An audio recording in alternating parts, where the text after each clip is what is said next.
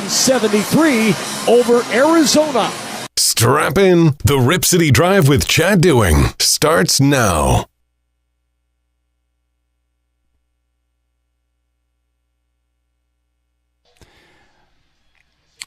All right, all I can say is today's going to be an experiment in how much my voice can take. I'm down here at the BetMGM Sportsbook at Spirit Mountain Casino. And I'm getting ready for the title game tonight, and the Blazers are going to be in Denver to take on the Nuggets. And unfortunately, my voice is about as solid as Bo Nix's ankle going into the AFC title game. I don't know if I'm going to survive, but I'm going to do my best. And it's great to be with you on this Monday.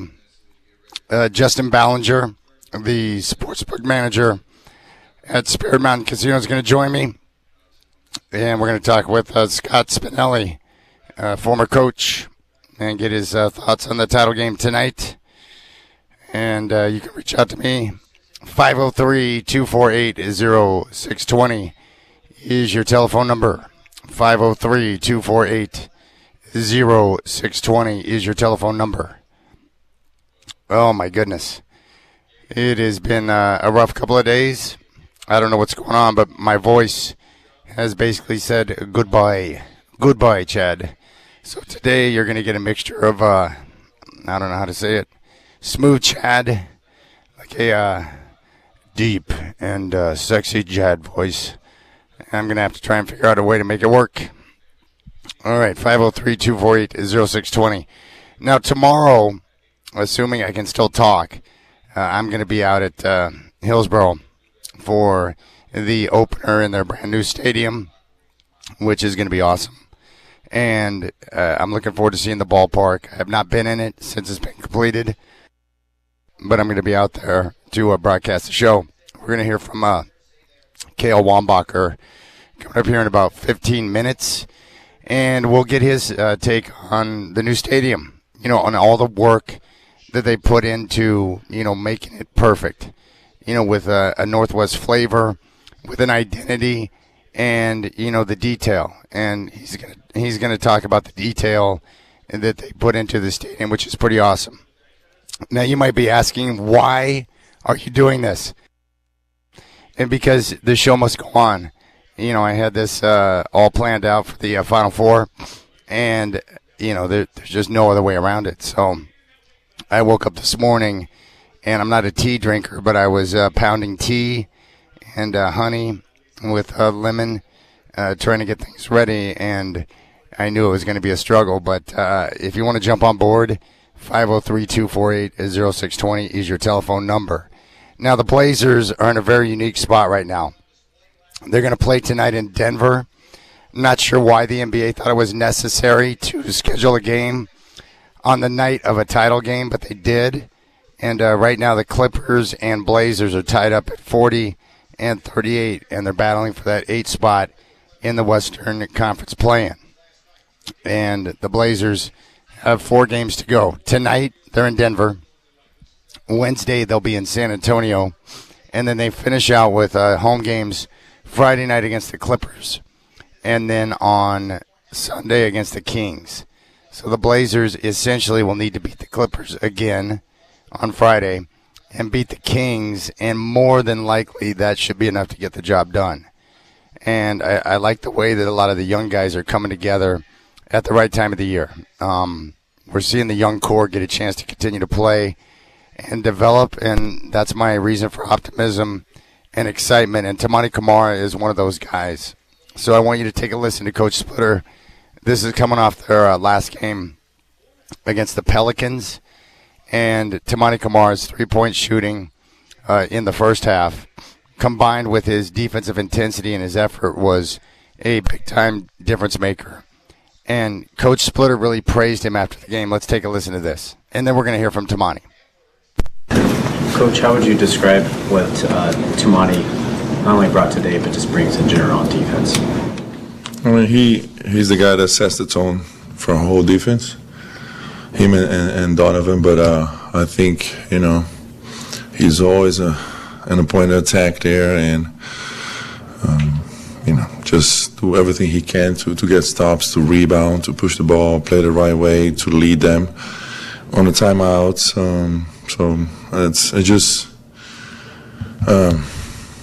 It's great to see a guy like that just flourishing doing those things. What about for him offensively? I mean, 6 threes tonight seems like the shots really come around for him lately. Yeah, I mean, when he's playing with that confidence, just let it fly. Don't even second guess him. He's a zone type of thing, mental zone where he's just hooping and getting stops, and it's amazing to see. Is there a skill in drawing those offensive fouls and charges like he does? Definitely. I think there's a skill, there's a technique, there's a desire, an effort to do that every night. Pleased to see you put his name in the box. He got the box, he got the ball, he got the whole thing tonight. The ball? Yeah, he bought a game. What is that? He said, what's the record? Oh, sure, yeah. So I think he sets the record of the NBA of drawn fouls or something like that. You acknowledged it after the game? Yeah. What was the reaction like? I mean, the guys just love him because he's, the ultimate competitor, and everybody sees it. And like I say, every pregame, I'm like, set the tone. You set the tone on defense for us, we're going to be good.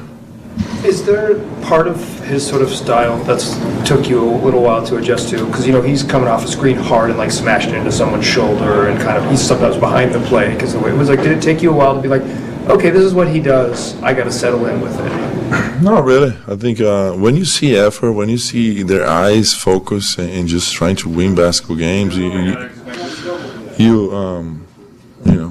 go with that. I mean, there's no doubt in my mind he's, a great defender. So it wasn't like scheme breaking and you were like, oh, come on. No, that's part of the scheme. That's how we should defend every, off-ball screen. Is there anybody you played with that reminds you of him? Yeah, but you guys probably don't know him. Chapu Nocioni, Argentinian guy that played in the Argentinian national team. He played for the Bulls a little bit, but played with me in Spain. Played hard, defensive mind, and could shoot the ball as well, like a dog on defense. Same 3 guys off the bench, Chris, Matisse, and Rob, that kind of had the same impact that they had the other night. How big have those 3 been, and just the bench in general? Matisse is being unbelievable. I mean, he's plus 21, making shots, steals, deflections. I think he got 8 deflections. So he's a pass there on defense. Just like Tumani, a little different, a little bit more, mobile, a little bit more on the passing lanes and stuff instead of being a physical like Tumani. So a little different, but also very effective. What do you see from Matisse as an offensive player? Because the book on him his whole career has been, obviously everyone knows what he does defensively, but offense, it's like he's either people think he doesn't really give you much, or that's just not something you think about with him. What do you kind of see from him on that? I don't see that. He's a super smart player, can shoot a basketball, can drive, can do the right plays every time. He doesn't force anything. He played 30 minutes. We being careful with his minutes now, coming back, being out for a while. So, if I could play 40, I would play him 40 tonight.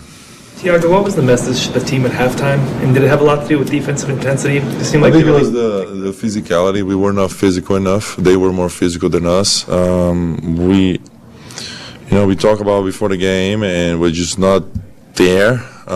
It was a little ugly, but sometimes you gotta win those ugly games when you don't have, you're not scoring, you turn over the ball, or it doesn't feel right. I think there was a lot about physicality, I would say, offense and defense. All right, there you go. That is Coach Splitter talking about Toumani Camara and the bench, which has been tremendous. This is Dame. 503-248-0620 is your telephone number. Here is Toumani Camara, not Dame. After they went over the Pelicans, talking about, the defense and what he takes more pride in, being able to play all 82 games or the Chargers. What did it mean to you to get the game ball and have that moment afterwards? I don't know. It's a little bit little bit weird, you know. I mean, you work towards those type of things, but it's I'm just glad we was able to get that through a win, you know.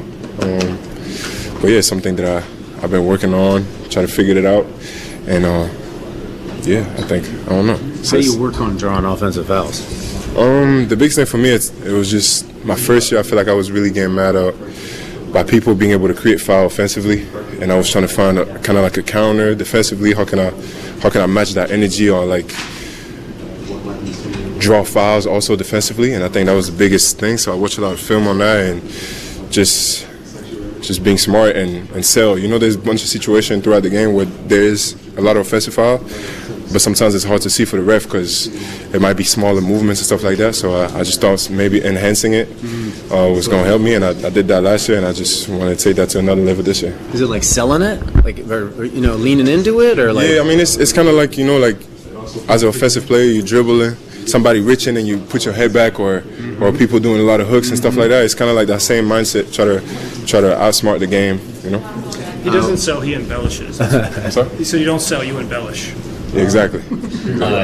I know obviously that team results and team success is more important than any of this individual stuff, but is it kind of easier to enjoy some of this, these individual records or whatever when it's a record for something that's like a purely like unselfish, like defensive thing like this as opposed to like for sure. And I feel like that's the player that I am today, like I'm a facilitator, make winning plays, and really be the biggest team player that I can be, try to have my team win. I think that's the biggest thing. If I can get stops individually, I mean, I do that anytime, so it's all about winning basketball game for me, and it's always what it's going to be about for me. You take more pride in that or playing every single game this year? Playing every single game, probably. I think that's something that I always wanted to do, be able to challenge myself and push myself physically to be able to compete all 82. And and then that just happened to follow along, but yeah. What is there a way to describe how difficult it is to play every game? I mean, you gotta be sore. Yeah, I mean, I felt it the first 2 years. It was really tough on my body, but I feel like this year I feel pretty good, to be honest. I feel pretty prepared for it. Mentally and physically, I was kind of ready for the situation, and I was able to maintain my weight, be good on eating and stuff like that. So I feel like it's been pretty smooth for me this year. Obviously, we had the tooth incident earlier this year, but do you ever take a charge or something and you're just like, oh, why did I just do that? Like, do you ever? I mean, how much do you feel it afterwards? For sure. I think it's depending on how many charges you get per game, But 3 a night. Yeah, I mean, it's all about being able to brace yourself on your falls. I feel like once you're able to find the right technique to not hurt yourself every time you fall on the ground, I feel like it's way easier to put your body out there and have trust in you getting on the ground and not hurting yourself. I feel like I was doing that a little bit in college, and I had like tape on my wrist. Even my first year, I had a lot of tape on my wrist, on my fingers and stuff like that, just by getting messed up. But I feel like my technique is just getting better. So yeah. All right, there's Tamani Kamara, and I love him because, like Coach said, he's a tone setter. The way he approaches the game, his energy, attention to detail, and the way he plays defense is, second to none, and very important to their attack. And he's going to be critical over the final week, especially against the Clippers again. Defense, 3-point shooting, they need him desperately. All right, I'm live at Spirit Mountain Casino, and we're getting ready for the title game, Michigan and UConn. And right now, Michigan is a 6.5-point favorite. Justin Ballinger is going to join me at 12:20 to preview the matchup. And we'll talk with Coach Scott Spinelli coming up at 11:20 and get his breakdown of the game as well. But when we come back, we'll give you a preview of what to expect in Hillsborough with their brand new ballpark. I'm live in the BetMGM Sportsbook at Spirit Mountain Casino, laboring through voice issues, so bear with me.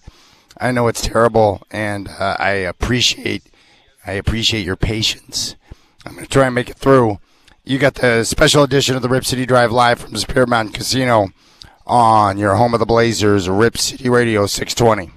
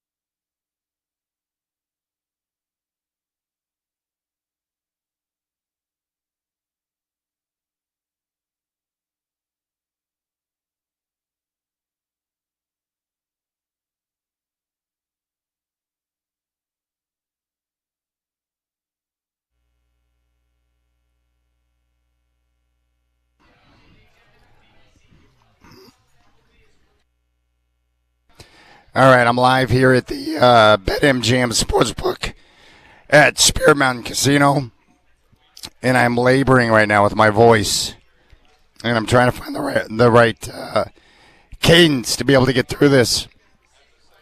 When I was growing up, I would spend time out in Ponca City, Oklahoma during the summertime with my grandma, my mom's mom. And she had a neighbor. Her name was Nancy. Really nice lady, but, I mean, she put down cigarettes. She was a chain smoker. And the crazy part about Nancy is that I feel like my voice sounds like Nancy's voice right now, gravelly, and you could tell that this lady was putting down the smokes. But Justin Ballinger, the sportsbook manager, is going to join me at 12:20 to preview the matchup.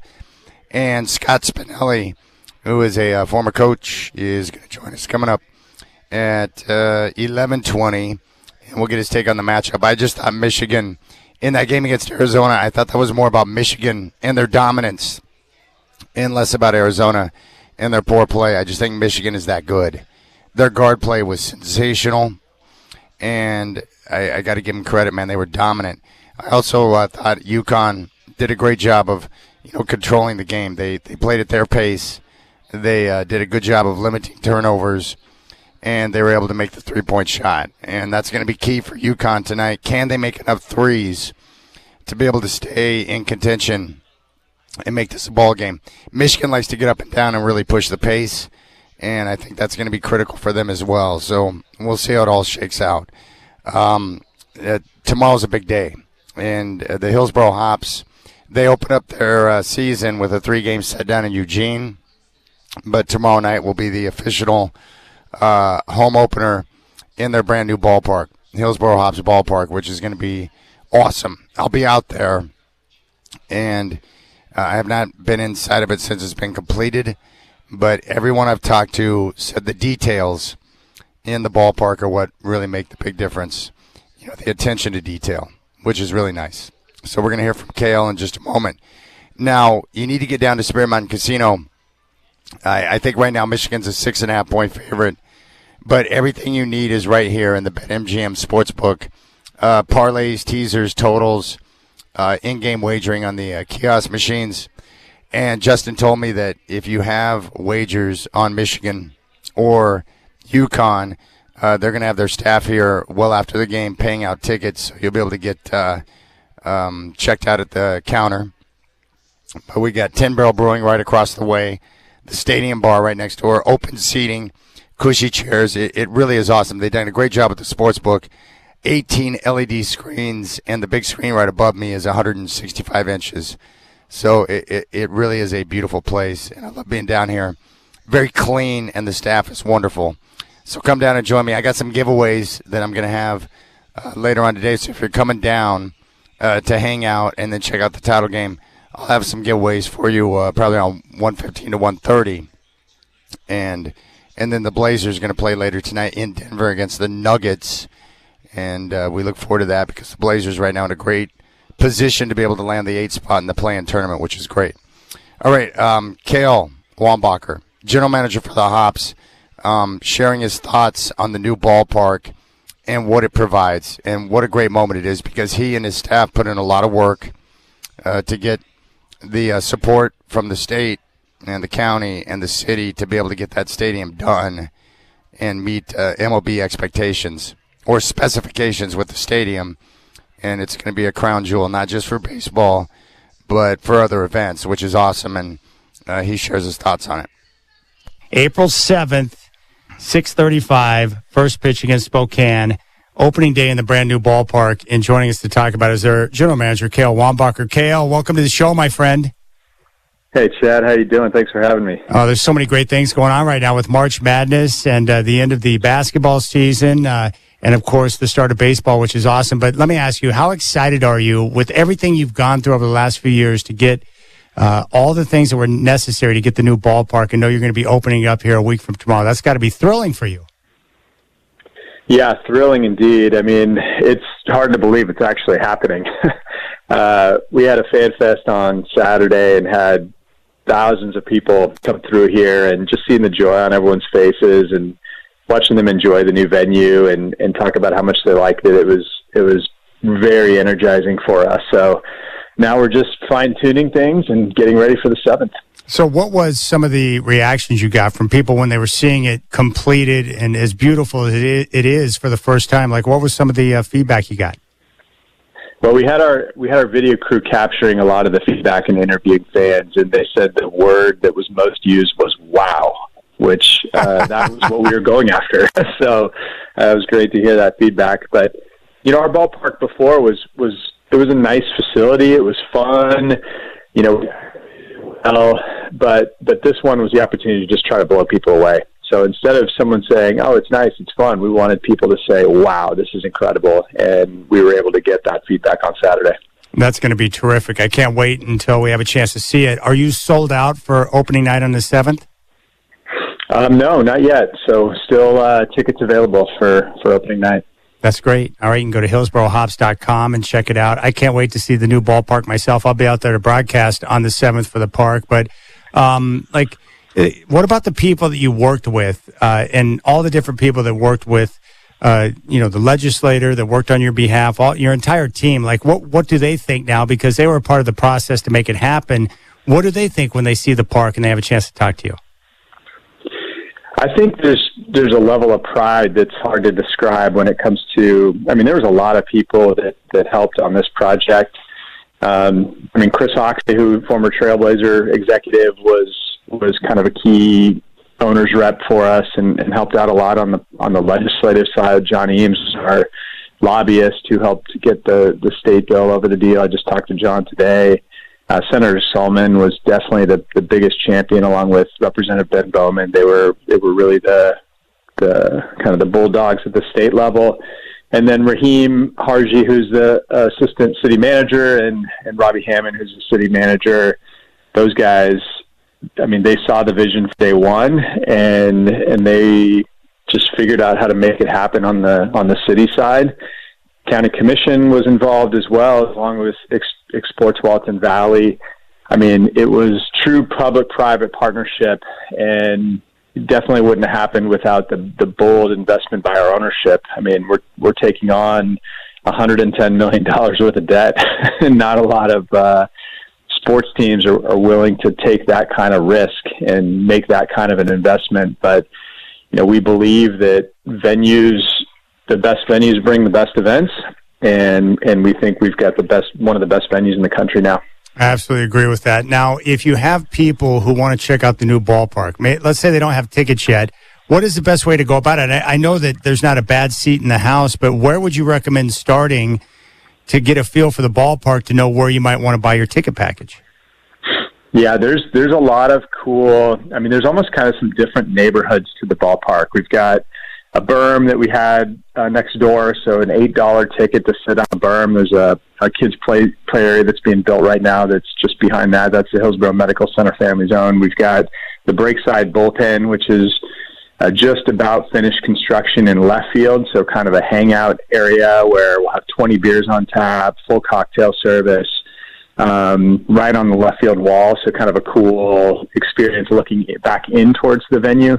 And our premium experience in Meridian, a 9,000 square foot club lounge called Meridian, all-inclusive food, beverage, craft beer, Oregon wine. If you want that premium experience, Meridian's going to be tough to beat. The club experience, I've sat in the club level at a couple of different ballparks. It's my favorite experience. But I think you told me that when you were getting feedback on what needed to be in the new stadium, wasn't the majority of feedback that club level would be the better option than suites? Yeah, exactly. Yeah, suites tested terrible. So we did probably 3 or 4 different fan surveys and even community-wide surveys, and club seats tested to the roof where suites did not. That's great. Yeah, that's awesome. That was the direction we went. Well, that's going to be great with the club level, too, like to be able to sit and have the comfortable seating to watch the game, but also to have access to the different food and beverage options. Like, for me, I think that's awesome. Yeah, we've got an incredible culinary team. I mean, led by Chef Lindsay, who spent many years at Disney for a while and was most recently at OMSI. We hired him last year, and so he leads our culinary team, does a fantastic job. But those guys didn't have a full kitchen next door. It was amazing the quality they could do with a lack of infrastructure. Now they've got 3 full kitchens on the concourse level and a 3,000 square foot catering kitchen on the service level. So no excuses when it comes to infrastructure now. We've got to deliver on our promises of having the best food around. Yeah, that's part of the deal. You got to execute and make sure you deliver on everything you promise, which is great. We're talking with Cale Wambacher, the general manager for the Hops. What are some of the different, promotions and events that are coming up in the new ballpark this year that you're excited about? We will have our first concert announcement here.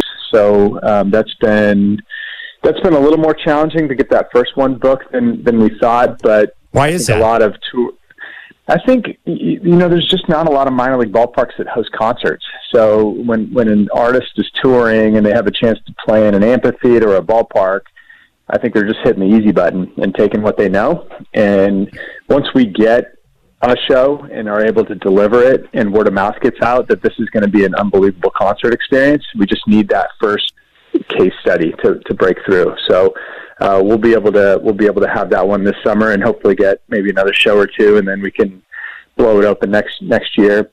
But the Beavers Ducks game is going to be a big one too. Huge. We've tried to get that event in the past and haven't been able to get it lined up. But once we got the new ballpark, both Beavers and Ducks are excited to play here. They're both really good.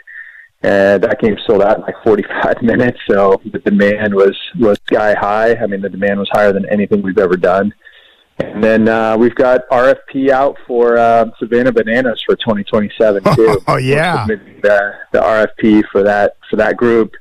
Again, best ballparks draw the best events. So now that we've got the best ballpark, we've got to go and secure some of those big time events. Now for concerts, obviously how the layout's going to look for shows, but on an acoustic level with the design of the ballpark and stuff, how's it going to set up for a show? We think it'll do really well. I mean, it's naturally an amphitheater from a shape standpoint. Mm-hmm. The materials with the concrete and steel and stuff like that, we'll see. But there's been pretty good feedback with Providence Park and the concert experience there. So it's not the first time it's been in a sports stadium. They do these all over the country in major stadiums and minor league stadiums. So most of the time the experience is great. I mean, my family, we saw Morgan Wallen at Lumen Field last year, and it was great. It was fantastic. I think there's just something about outdoor concerts in the summer. You almost don't care if the sound is good or bad. I mean, it's got to be good, but you're taking everything in that there's just a lot of elements that go to making that experience a good one. Yeah, no doubt. I took my daughter and her friend up to see The Weeknd up at Lumen Field last summer, and just being outdoors with the fresh air and stuff, it was phenomenal. And I like outdoor concerts myself, but do artists, do you know if they prefer indoor or outdoor? Or do they? That's a good question. I mean, we're still getting our feet wet in this business, but I mean, Bend. I think Ben last year had like 40 or 50 shows. For a couple years, he had 40 or 50 shows. So, huge. I mean, it says the demand's there, and when you get to the summer, you definitely want to be indoors, especially in the Pacific Northwest. With the new ballpark, one thing you've always told me, even before the new ballpark, was just the city of Hillsborough and how hospitable it was with the area and how nice it was for the players when they would come in.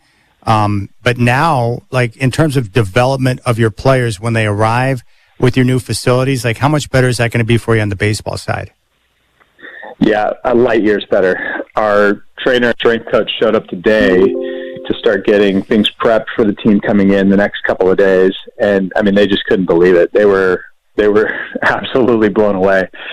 And our trainer was here last year, so she was aware of the project and had walked through it with a hard hat at the end of the season, and still she was just absolutely blown away. So it was cool to get their reaction. I mean, having a weight room, having the indoor batting cages that we have. Our batting cages are the best I've seen in any baseball stadium, including Major League Stadium I've toured. Just the lighting, the layout, just how spacious they are.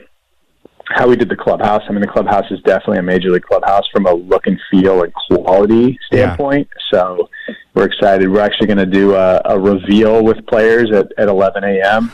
on Wednesday. Awesome. So we're locking the clubhouse as they trickle in and doing one grand reveal with them on Wednesday, which will be cool.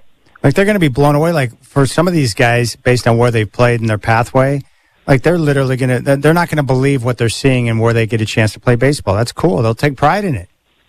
Yeah, they will. They will. And, I think one of the goals, too, was we would love to get more major league rehabs get assigned to Hillsborough and get that reputation that if there's a guy that needs to get some games in the minor leagues, his first reaction is, I want to rehab in Hillsborough. It's super nice there, great facilities, great people.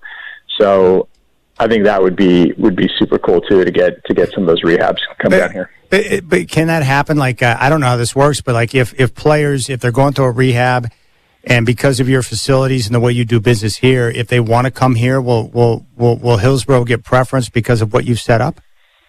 Yeah, definitely. That's awesome. We've had a few here and there in the past. Carson Kelly, of course, being from here, he chose to rehab here. Advocated to rehab here. I mean, a lot of times, the major leaguers, like, they don't. I mean, it's good to play against AAA talent because the pitchers have a little more control and, it's just a more controlled environment. But at the end of the day, they're just trying to get some reps in. Yeah. So it'll certainly come down to what player it is, what position they play, what reps they can get, whether we're home or on the road. A lot of factors, obviously. But definitely, I think we could see a lot more big leaguers coming through here.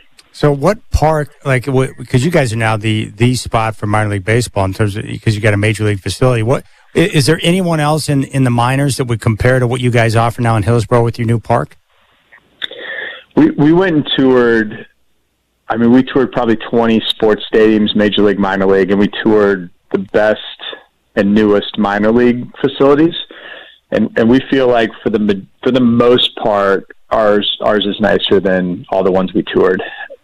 Some of them are a little bigger; they have more outfield development or something like that.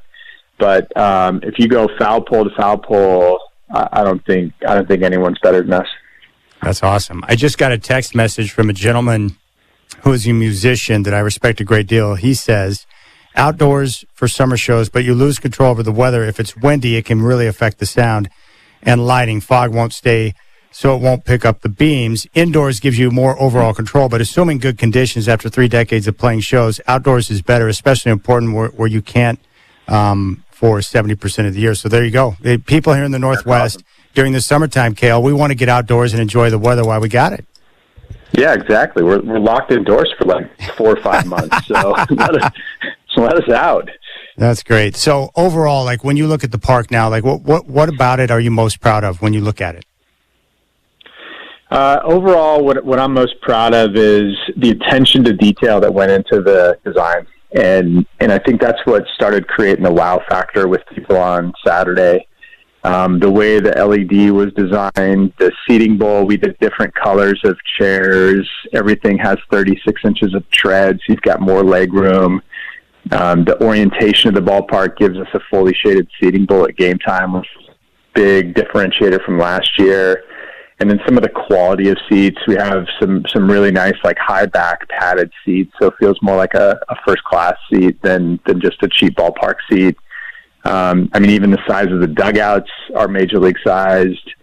The new playing turf it's got pivot product, brand new, no foam rubber. So it's a pretty innovative turf product that we're excited to unveil. First professional field it's on. The sound system is state of the art. We spared no expense on the sound system because we feel like that's really what brings the energy to the building. Yes. So we wanted that to be top of the line.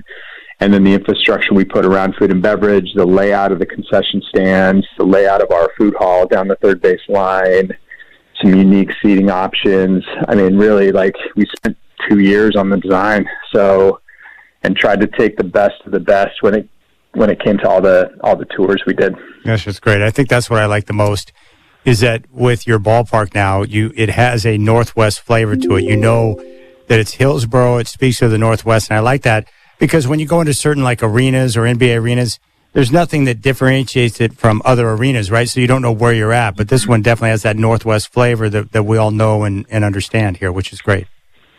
Even including views of Mount Hood on clear days like today. So, yeah. But it's one of those things too that there's certain venues you walk into and it just kind of has a different feel to it, and that was it. You can't necessarily design it in. You have to maybe design some qualities to it, and then hopefully we get lucky. But Saturday we felt it, and we had again thousands of people walking through this place. And there was a buzz, there was an energy, and there was that feel to the venue, and all of our staff felt it. It was a really cool experience. So, gives us that energy we need getting ready for opening day now. That's great. And you know what's awesome about that? Not to get cheesy, but it means a lot to me because now you can have families or mothers and daughters or fathers and sons who get a chance to go to the new ballpark. And they'll be able to create their own experiences together. And those are the things that I look back on and remember that I used to do with my dad that I enjoyed so much. And now you get a chance to be in that memory-making business, which is pretty cool if you think about it.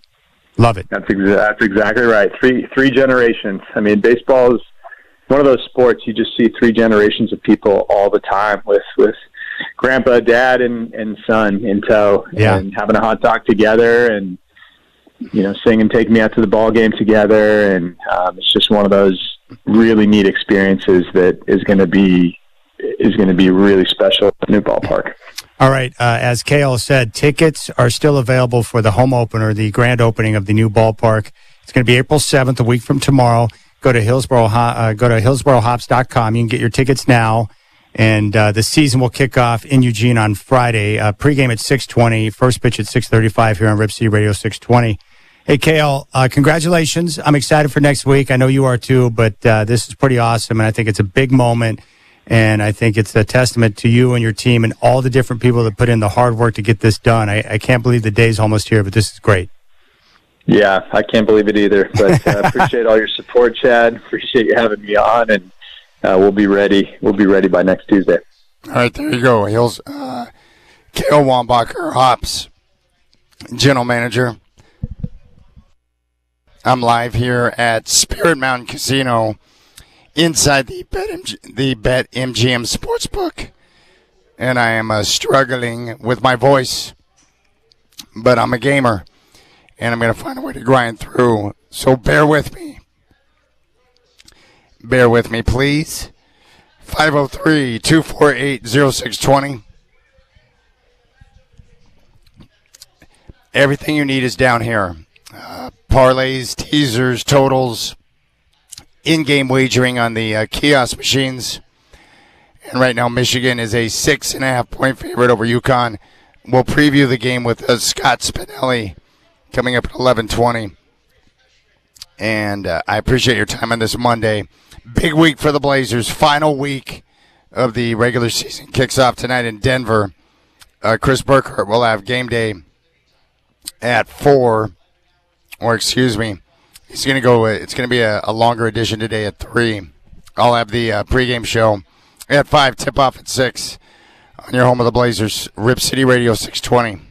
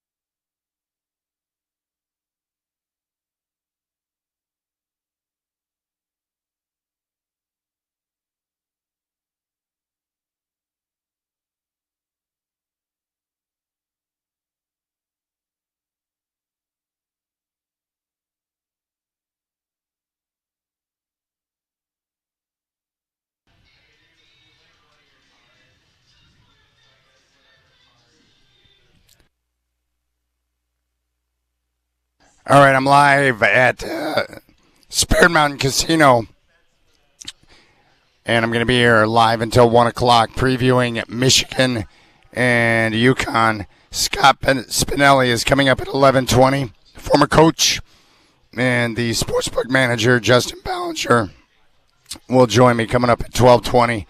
I appreciate your time. Special edition of the Rip City Drive here on your home of the Blazers, Rip City Radio 620.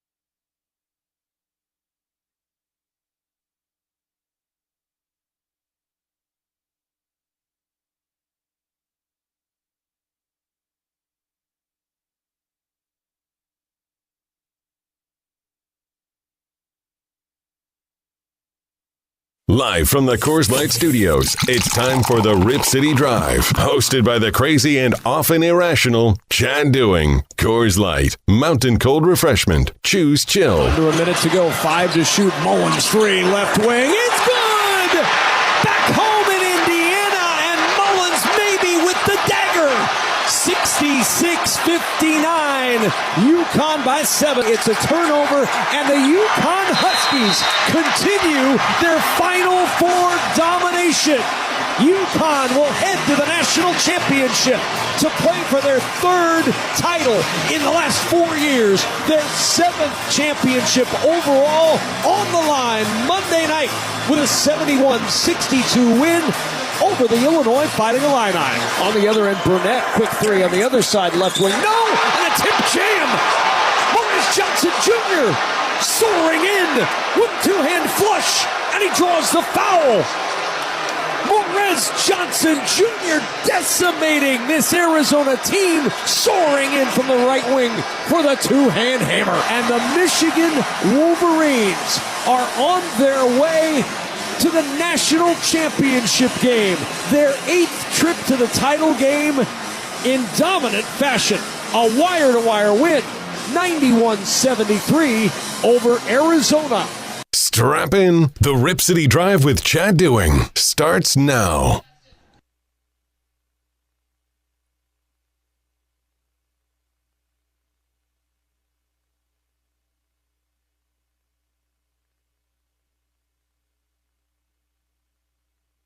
All right. I am trying to get through this. 1 hour down and 2 more to go. I'm live from the BetMGM Sportsbook at Spirit Mountain Casino, and I don't have anyone on the bench to save me from myself right now. But I appreciate your time. Scott Spinelli is going to join us coming up in 20 minutes to preview tonight's matchup. And Justin Ballinger, the sportsbook manager, at 12:20. But you got to get down here. You got to get down here to Spirit Mountain Casino inside the BetMGM Sportsbook. Great place to watch the game tonight with the open seating, the big screen, 18 LED screens, and everything you need for all the action. Great food with Tin Barrel Brewing. The stadium bar, you can get your beverages.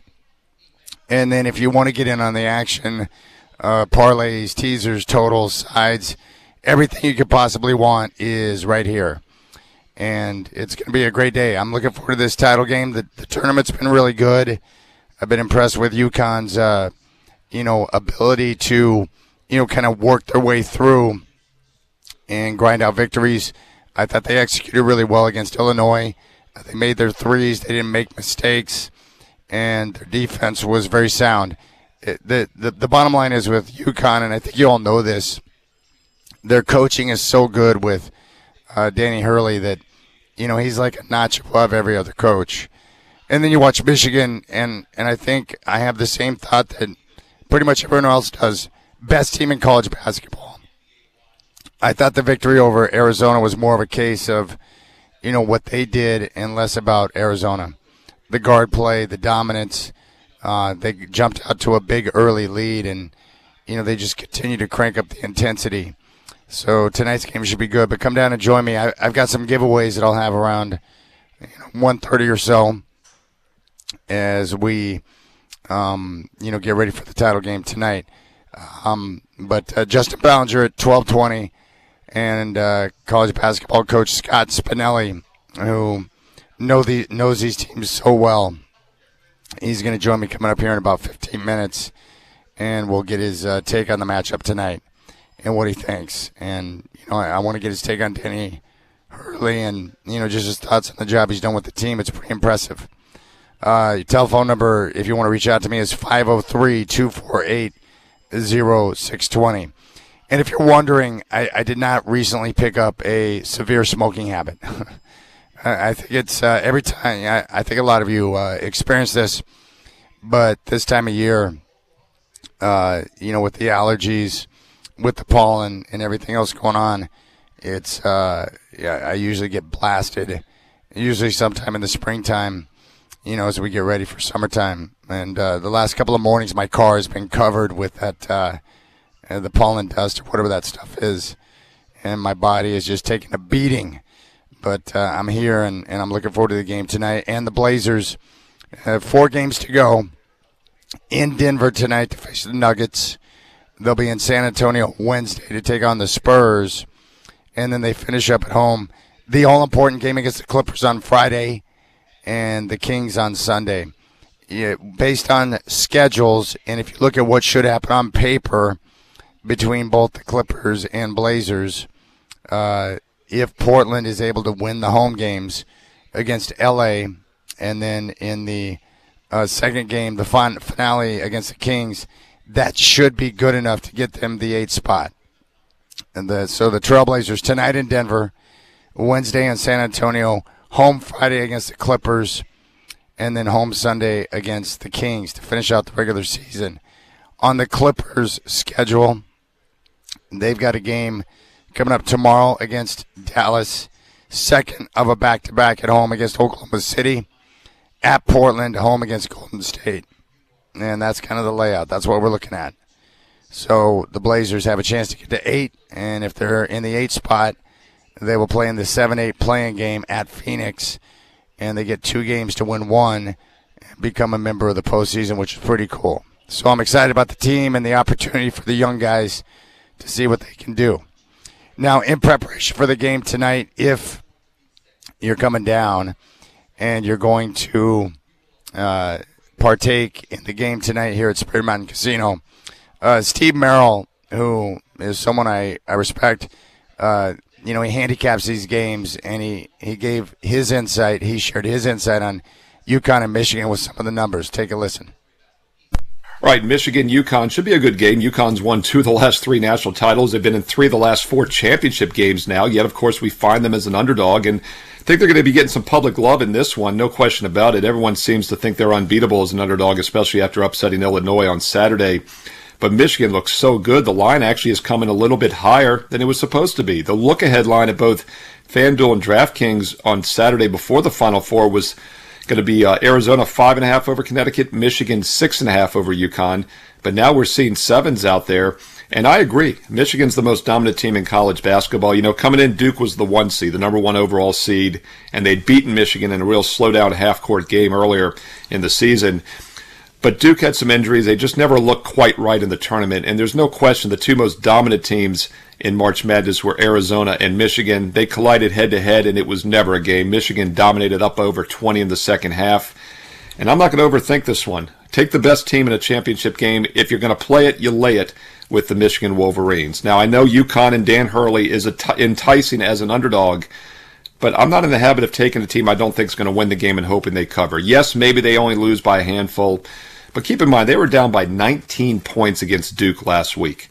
Remarkable comeback. They never should have won that game. Duke gave them numerous opportunities, including turning it over in the backcourt with 10 seconds remaining. All they had to do was hold the ball. Yes, it was a nice comeback for UConn, but they're going to have to hit the 3-point shots in this game. And they started that Duke game 1 for 19. Late in the game, they were 4 for 22 from 3-point range. Duke gives up a lot of threes, but they defend it well, and Connecticut still had trouble hitting those shots, and that's the exact same makeup of Michigan. The one thing Michigan does is they give up a lot of threes because they have so much size down low, teams have to shoot threes. But Michigan still defends it extremely well. 17th best 3-point defense in the country, 30.5%. The second best interior 2-point defense. And, of course, they're great offensively as well. They're the 4th best offense in the country. UConn is only 22nd in offensive efficiency. And Michigan is the best defense in the country. Everyone says defense wins championships. Well, as I've pointed out the last few weeks in different videos, is that offensive consistency is what wins championships. But you got to have a good defense as well. Well, if you think defense wins championships, Michigan is the number 1 ranked offensive efficiency defense and the number 1 ranked effective field goal defense in the country out of 365 teams. UConn, by the way, is on the 11th ranked defense. UConn is not even top 10 offense or defensive efficiency. Those are the updated ratings. They were even worse coming into the tournament. Michigan is 4th and 1st. There's no question Michigan is the better team, and historically speaking, these single-digit favorites do quite well in the championship games. They cover over 60% ATS. If you're going to play it, lay it with the Michigan Wolverines. And also, by the way, Connecticut did lose to Arizona this year by 4. We just saw Michigan rout Arizona this past Saturday by 18. Also, let's look at the 2 games Michigan did lose this year, the 3 games rather. I mentioned the Duke game. That was the slowest half-court game of the season.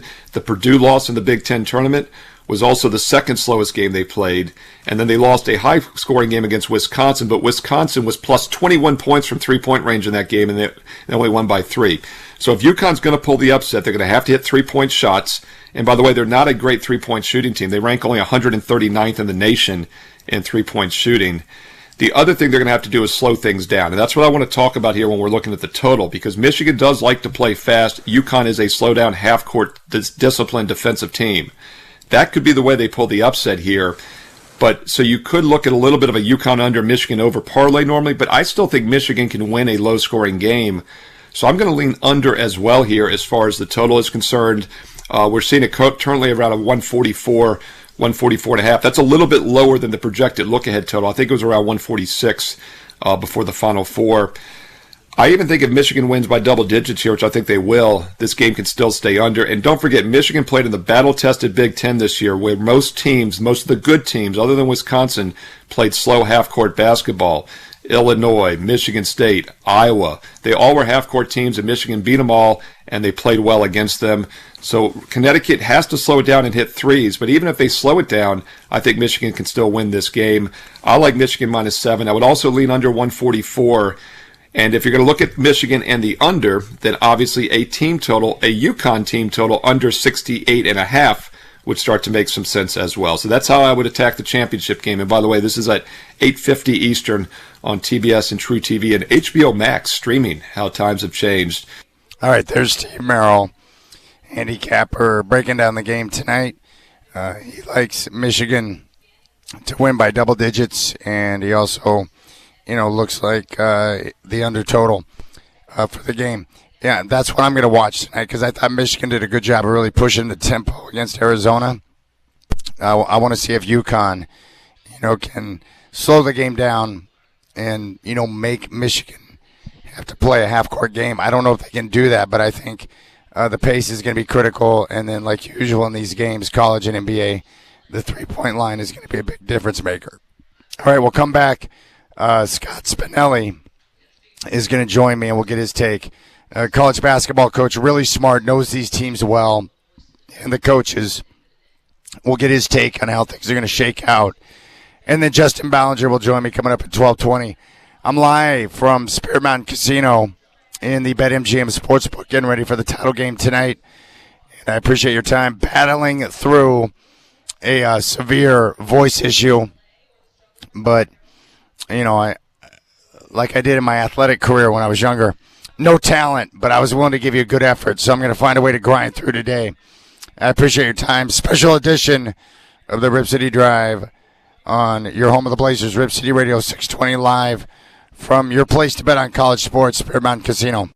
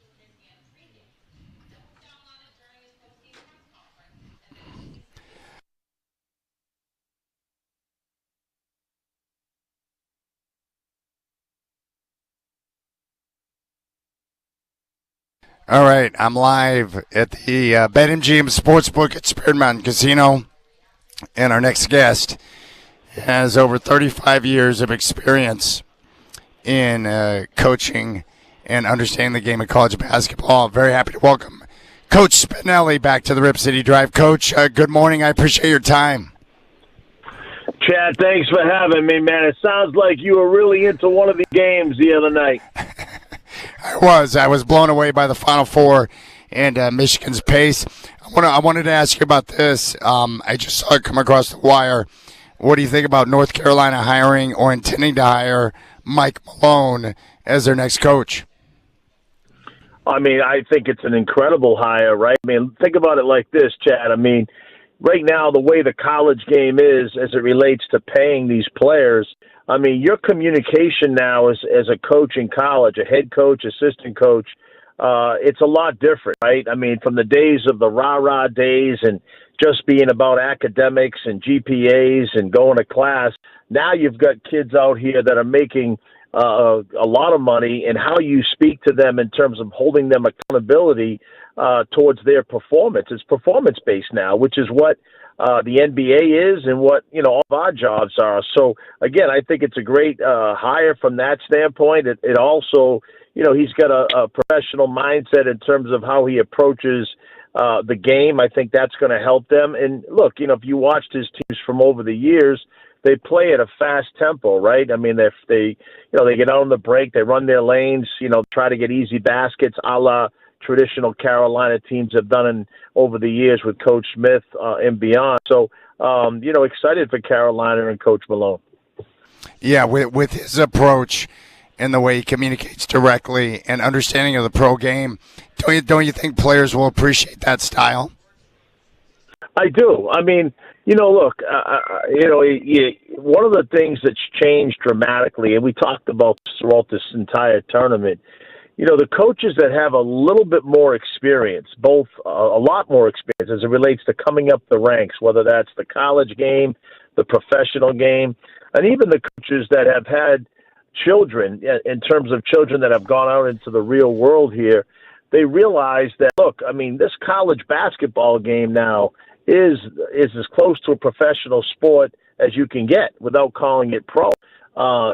These kids are getting paychecks that are going through their bank accounts, starting when they get there as a freshman, all the way through. And when you look at some of the, the amounts of revenue and money that these kids are making, both on, combination of the revenue share within the program they're playing for, as well as the NIL collectives that some of these programs have. And then you take their name, image, likeness that they could make on the side. I mean, this is a very well-funded sport now for these players. And so I think, again, how you speak to them, how you communicate to them, you've got to hold them accountable. I think, having performance, clauses in there about, you're being fined if you're not showing up on time, you're not going to class. There's a lot of different things now that you can do because these kids are being paid. And if you don't produce, somebody else is waiting to take your spot. We are talking to Scott Spinelli here on the Rip City Drive. What'd you make of Michigan's guard play on Saturday? Well, we thought going in that Michigan had an advantage against Arizona just because of the fact that, they've excellent guard play, experienced guard play, but they shot the three ball better. I mean, that was one of the storylines of the game. Michigan averages over 9 made 3 points, field goals a game, whereas Arizona was like 6+. And we thought that would be the difference in the game. It ended up happening where Michigan's, guards and some of the reserves as well, I think they made 12 threes in that game to Arizona making their average 6, which was the difference in the game, meaning it was an 8. I forget what the final was, but it was a lopsided score. But that 3-point percentage and how many threes were made in that game is something that we talked about. And Michigan's guards were lights out, Cadeau, et cetera. And that's going to be one of the storylines for tonight's game. Yeah, there's no question about it.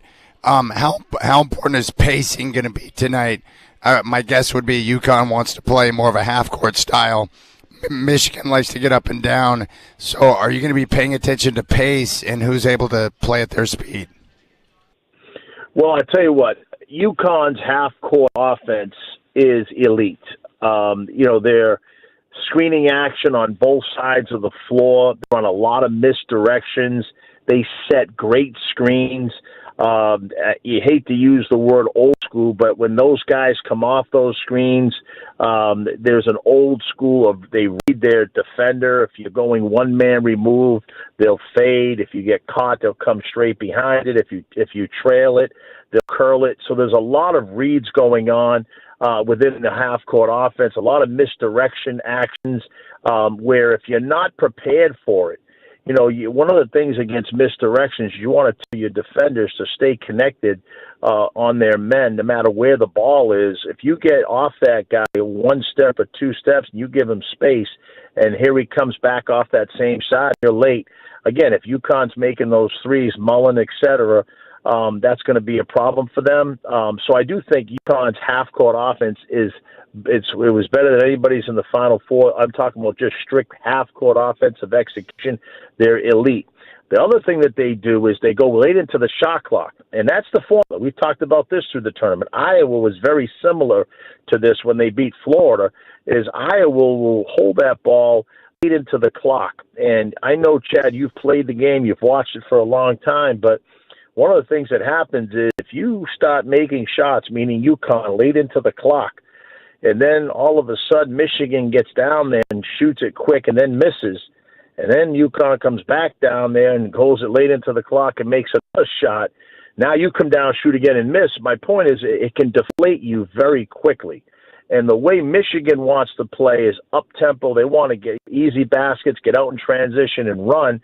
Their pace is one of the top 15 in the country. So you have really a total difference in terms of style of play. And I think that's going to be a storyline here as it relates to, hey, can Michigan get enough stops there late into the clock, and can they score and get some easy baskets and get a little bit of a lead like they did against Arizona the other night? And then UConn's got to play catch-up, which, again, we saw UConn's capable of doing, right, as they did against Duke. But I think that's going to be a big storyline in this game. All right. You understand coaching. Well, what makes Danny Hurley so special? Well, I think first of all, I think he's misunderstood. You got to love his passion, his energy, his competitive fire and spirit. Look, there's nothing. When you look at it, he's a coach that truly you can see cares about his players, their development both on and off the floor. He's a dad. I think he's one of those coaches that, again, he's an emotional type of guy. I think his kids, really feed off that. It becomes, somewhat infectious amongst his players, and they run through a wall for the guy. So I think, again, the culture that he has created there right now is the reason why UConn is where they're at right now. They've got two NBA guys, at least, with Mullins, Reed, and then everything else is about a system fit and a culture. And their culture is that grit, that toughness, championship mindset. And I think that's what's kind of taken from Coach Hurley and the program he's established with his staff. And so I think that's one of the greatest assets right now UConn has, is that championship lineage. Going back to the ending of the Duke UConn game, what did you think about that play? And what would you have been saying in the huddle if you were coaching Duke and UConn and the way that played out with Mullins getting the shot?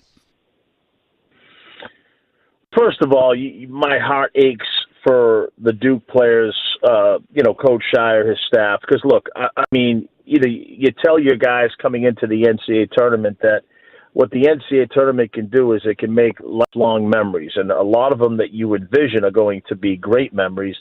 And unfortunately, there are those memories like the Christian Laettner shot and even this shot that, will be replayed for a long time. And one of the things I will say to you is you look at the job that Coach Shire's done. I mean, 46-2 or 42-2, whatever it is, over the last 2 years, both 2 ACC regular season titles, 2 ACC tournament titles. They've lost 2 games total. So, I mean, the run that he's been on is incredible. And so you feel for that. But one thing I will tell you is, look, I mean, for me to sit here and, tell you exactly what, I think it's pretty clear, with 10 seconds, what could have been done. But what you have to kind of look for is the future. These are kids. And I think if you take, Chad, the message, I think this is the greatest message that, and I'm sure Coach Shire and her staff have taken a message like this, but when I was coaching in the ACC, I'll never forget, we played against Virginia, and this UConn team kind of reminds me of Coach Bennett's teams at Virginia in terms of their half court. But I'll never forget when they lost to UMBC that 116 game, and the following year they came back and won a national title. And his comment was, look, what we did was we embraced that heartbreaking loss, and what they talked about was adversity. If you can, use that adversity to buy you a ticket, this is a quote from Coach Bennett, to a place where you never would have gotten to without going through that adversity. And I love that as it relates to what happened. And if they could use that, the Duke kids, and use that message that Coach Bennett used with Virginia, and maybe that motivates them even more. I mean, look, there were 3 double-digit losses this year from going undefeated. I mean, so if they come back with a chip on their shoulder, they use that adversity as he made reference to when they lost to UMBC, meaning Virginia, I think that's the message. But you feel the Duke, but you also got to give UConn a lot of credit for that grit and toughness. All right. How do you see it playing out tonight? How do you think the game plays out? It's going to come down to pace, right? I just think that you're going to watch two teams that, want to play a little bit different style, and I think it all comes down to who can kind of impose the will on the other. I will say that if Michigan gets a lead in this game, and it puts an extra pressure on every shot that UConn's taking in the half court, I think that's going to be to Michigan's advantage.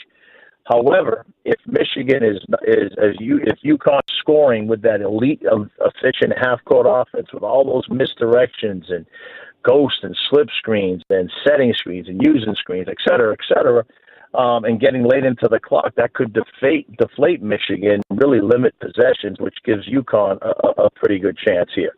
But again, more than anything, UConn's championship pedigree, their lineage is going to have to be the thing that really carries them to victory. I just think in this game, Michigan might have just a little bit more complete of a roster to get through the championship. But I think it's going to be a heck of a game. Well, Coach, I really appreciate your time. I know you love the game of basketball.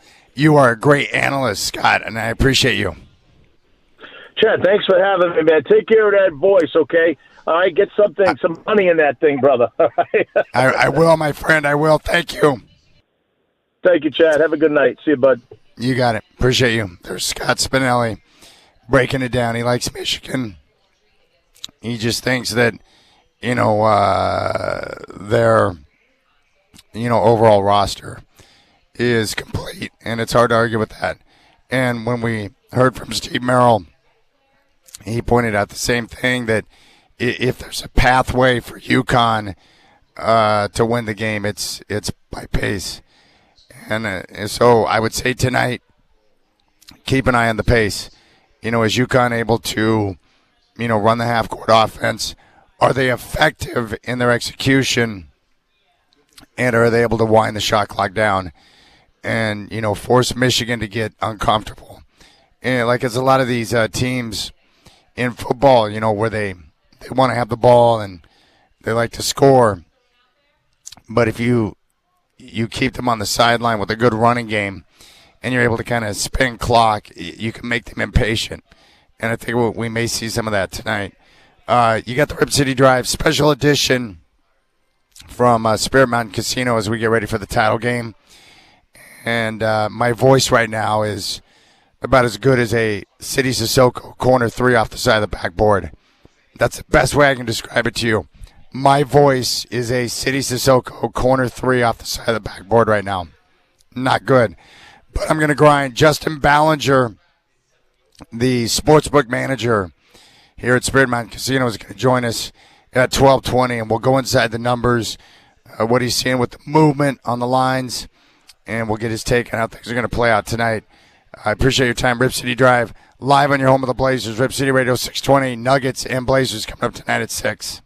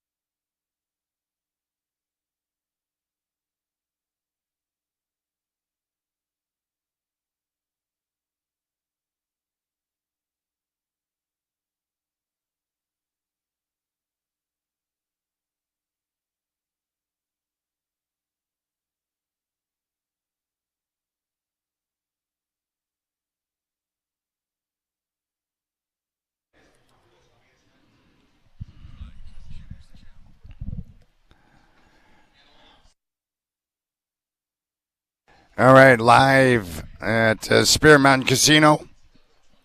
Getting ready for the title game tonight with Michigan and UConn. We talked to Coach Spinelli, and he just thinks that Michigan's probably got, too much of a complete roster and more talent. And we'll get the breakdown from Justin Ballinger coming up at 12:20. We'll get his take on the money, where the line's been moving, what we've seen since it opened up. And, I watched both games on Saturday, and I was impressed with UConn. I really like Coach Hurley, but I thought their execution was great. And they did a good job of making threes and not making mistakes. And they just frustrated Illinois into a rough outing. And I thought Michigan just looked amazing. Just their guard play, the way they were able to push tempo. They made shots, especially from downtown, but they just overwhelmed Arizona. And Arizona's a great team. The two best teams in the tournament so far, Michigan and Arizona. I think most people would agree with that. And there's no doubt about it that, Michigan just went out and dominated the game. So, we'll see if UConn, again, the keys tonight for them, they're going to have to make threes, obviously. They're not a great three-point shooting team. And they're going to have to limit mistakes so that Michigan's not able to get out and, run the floor. And they're going to have to play slow. They're going to have to run the shot clock down. They're going to have to execute well in the half court. And, it's asking a lot against a team like Michigan, who's one of the best offensive teams in the country and absolutely one of the best defensive teams in the country. They're just well balanced. So tip-off coming up right around 6 o'clock tonight. And the best place to watch is right here at Spear Mountain Casino in the BetMGM Sportsbook, where they've got all the screens, 18 LED screens, big screen at 165 inches, and they've got the open seating with the cushy chairs, and it's terrific. So come down and join me. I got some giveaways. We're going to hang out. We'll enjoy the game. It's going to be a lot of fun. I want to talk about the Blazers for just a moment as we enter into the final week of the regular season. I want to make sure that you all understand, what's at stake and how the play-in tournament works. And we're going to keep an eye on this. Oh, by the way, Steph Curry came back last night for the Warriors. He had 29 points in his return from injury, and they lose by 1 at home to the Rockets. So we take a look at the Western Conference standings, and I think the West has the most intrigue as we enter into the final week of the regular season. One of the best regular season games I've seen all year on Saturday. Nuggets over the Spurs by a couple of points in overtime. Jokic and Wemby put on a show. And Jokic, if you watch the game, you should pull up the highlights. He had a fadeaway in overtime over the top of Wemby. That's one of the best shots I've seen in quite some time. His ability to adjust. He can shoot off the wrong leg. He's got all the maneuvers. And after getting a shot blocked a few times by Wemby, he made the adjustment and put a rainbow on that shot, and it was amazing. But that was a great, great basketball game. So Oklahoma City right now going into the final week, they have a 3-game lead on the Spurs. OKC is 62-16. San Antonio is 3 games back. Now, where it gets interesting is 3 through 6.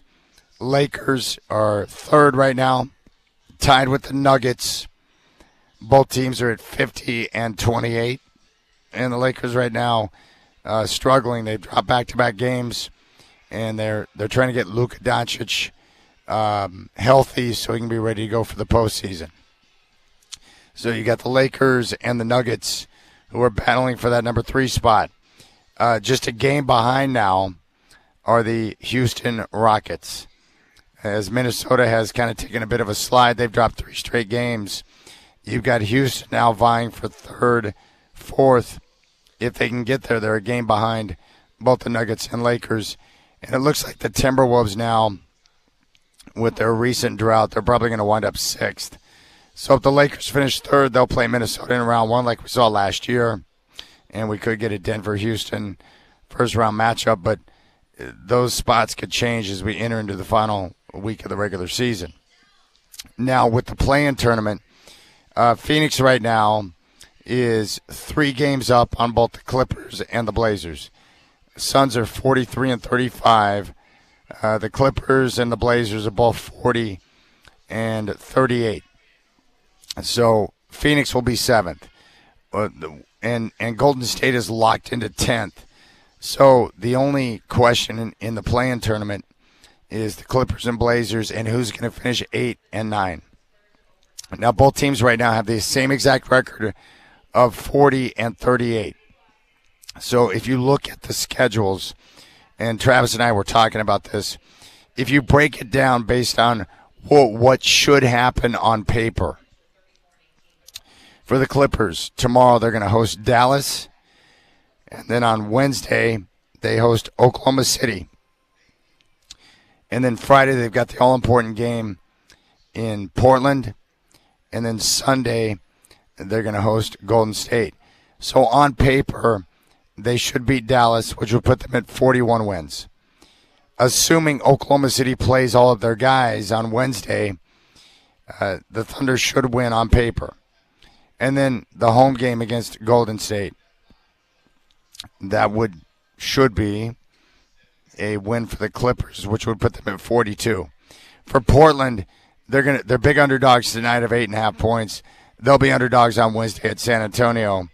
But the 2 games that they have a great opportunity to win would be the Clippers on Friday night and the Kings on Sunday. So if on paper the Blazers take care of business and beat the Clippers, both teams would finish with 42 wins. And Portland at that point, if they were to beat LA, would be evened up on the season series at 2 games apiece. And then with that, they would have the tiebreak because of conference tiebreakers on the Clippers. So that's what we're looking at. It's really going to come down to Friday. And I would encourage you to get your tickets. Go to trailblazers.com, get your tickets, because that game will have, even though it's not the playoffs, it's a de facto playoff game. And if you want the Blazers to become a part of the postseason as either the 7th or the 8th seed in the Western Conference, they need to be the 8th seed in the play-in tournament, because you get 2 games to win 1. And it gives you a great opportunity to make the postseason. And that's where I would like to see them finish, because I want to see these young guys, Avdia, Kamara, Klingon, Scoot. I want to see the young guys get a chance to compete in the postseason and to know what it's like to play in playoff-style basketball, to match up with teams that have spent multiple days going over film and the data to know your weaknesses, and then they come up with game plans and ways to exploit that. Like, to me, that's what it's all about. I love that type of action. I love when I get a chance to see teams, battle under those circumstances, because the playoff basketball is so different. All right, we'll keep things rolling. I'm grinding through. I'm a gamer, but my voice right now is a City Sissoko corner 3 off the side of the backboard. I don't know what's going on, but I'm trying to make it through. Justin Ballinger, who is the sportsbook manager at Spirit Mountain Casino, he will join me to preview tonight's title game with Michigan and UConn, which will tip off right around 6 o'clock. And here at Spirit Mountain right now, Michigan, a current 6.5-point favorite. If you want to reach out to me, 503-248-0620. I appreciate your time. Special edition of the Rip City Drive, live from your place to bet on college sports, Spirit Mountain Casino.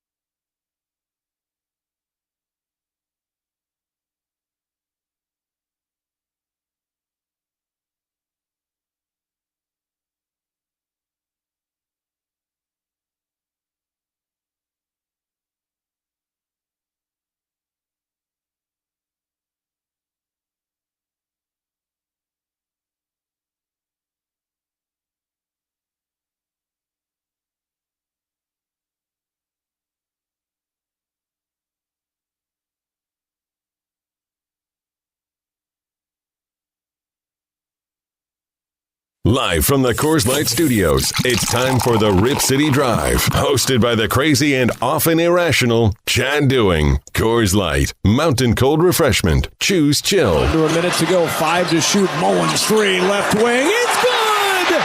Back home in Indiana, and Mullins maybe with the dagger. 66-59. UConn by 7. It's a turnover, and the UConn Huskies continue their Final Four domination. UConn will head to the national championship to play for their 3rd title in the last 4 years. Their 7th championship overall on the line Monday night with a 71-62 win over the Illinois Fighting Illini. On the other end, Burnett, quick 3 on the other side, left wing. No! And a tip jam! Maurice Johnson Jr. soaring in with two-hand flush, and he draws the foul. Maurice Johnson Jr. decimating this Arizona team, soaring in from the right wing for the two-hand hammer. And the Michigan Wolverines are on their way to the national championship game, their 8th trip to the title game in dominant fashion. A wire-to-wire win, 91-73 over Arizona. Strap in. The Rip City Drive with Chad Doing starts now. All right. I told you I was going to find a way to grind through. And I'm 2 hours in, 1 hour to go. Special edition of the Rip City Drive, live from Spirit Mountain Casino. And Justin Ballinger, the sportsbook manager, is going to join me coming up in 20 minutes to preview the game tonight and to break down all of the numbers with the action. And I am drinking tea with honey. I'm a coffee guy, but I've got the tea and honey working right now. And, you know, I would say for me, at least in the work that I do, I hate the feeling of, not having my voice with me. And it started really coming on strong over the last day and a half.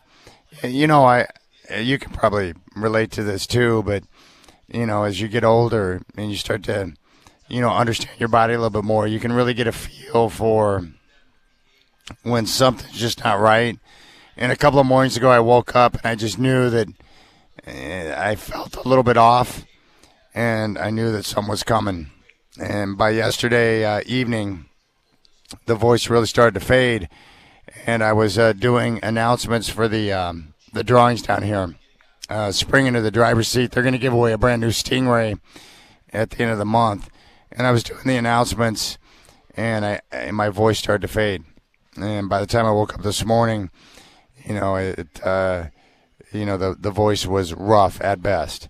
But I don't know what it is. At first, I thought it might be like some type of sinus deal. I don't know if it's allergies or what the problem is. I don't feel sick, but the voice and the throat are absolutely destroyed. So I appreciate you being patient with me as we grind through. All of this seemed like a good idea. Come down, talk about the games, talk about the Final Four, around until my voice decided to go sideways. But it's going to be great to talk to Justin. He'll break it down, and he did a great job. He gave us his pick on Saturday. He said all the indicators pointed to UConn, and UConn went out there and beat Illinois. And so that was a great pick. We'll get his take on the title game tonight. I know he's got some futures tied into Michigan, so I think Justin's pulling for Michigan tonight, but we'll see what he thinks. And honestly, he did not have a good feel for Michigan or Arizona going into that game, the late game on Saturday. And as it unfolded, it was just like, wow. It was Michigan who applied the pressure. It was Michigan who controlled the tempo, and they made shots. But, man, their guard play was so good. And with the pressure they applied, they forced Arizona into a lot of mistakes. So there you have it. Blazers tonight will be in Denver to take on the Nuggets. And I'm just hoping that somehow the Trailblazers can find a way to scratch out a win in Denver. Maybe catching the Nuggets off that thrilling overtime win over the Spurs on Saturday. And maybe that's going to be enough to, help them help the Blazers. Maybe the Nuggets will overlook Denver. The problem is the Nuggets have a lot to play for right now. They're jockeying for playoff position. And, they have a chance to hold on to the third spot. But I was impressed with the Nuggets. Their defense is not great, but they got the best offense in the NBA, and they're just a different team when Aaron Gordon's available and playing. His development and the type of player he's become, Aaron Gordon, has been impressive. Defensively, he drew, for the majority of the game, the assignment to defend Wemby and did a really good job. But he's become a big-time three-point shot maker. He plays well with Jokic. He's really smart. And then I love watching the two-man game between Jamal Murray and Nikola Jokic because those guys are so skilled and so good. And I just really enjoyed that game on Saturday. The Spurs are legit. It amazes me what the Spurs have been able to do. They're now 25-3 in their last 28 games. What impressed me about San Antonio in the loss is how much they execute their offense. Their passing, their willingness to pass, to move the basketball and find the best shot, unselfish play. And then you've got the absolute anchor defensively in Wemby. There were multiple times that Gordon and Jokic had shots in the painted area, and they got blocked. Wemby can contest with his length and his height, and he can get to so many different things. It's almost impossible, to get a shot up over the top of him. We just haven't seen anything like him before. A guy at 7'4", 7'5", with that type of wingspan, who is very athletic and can handle the rock like a guard.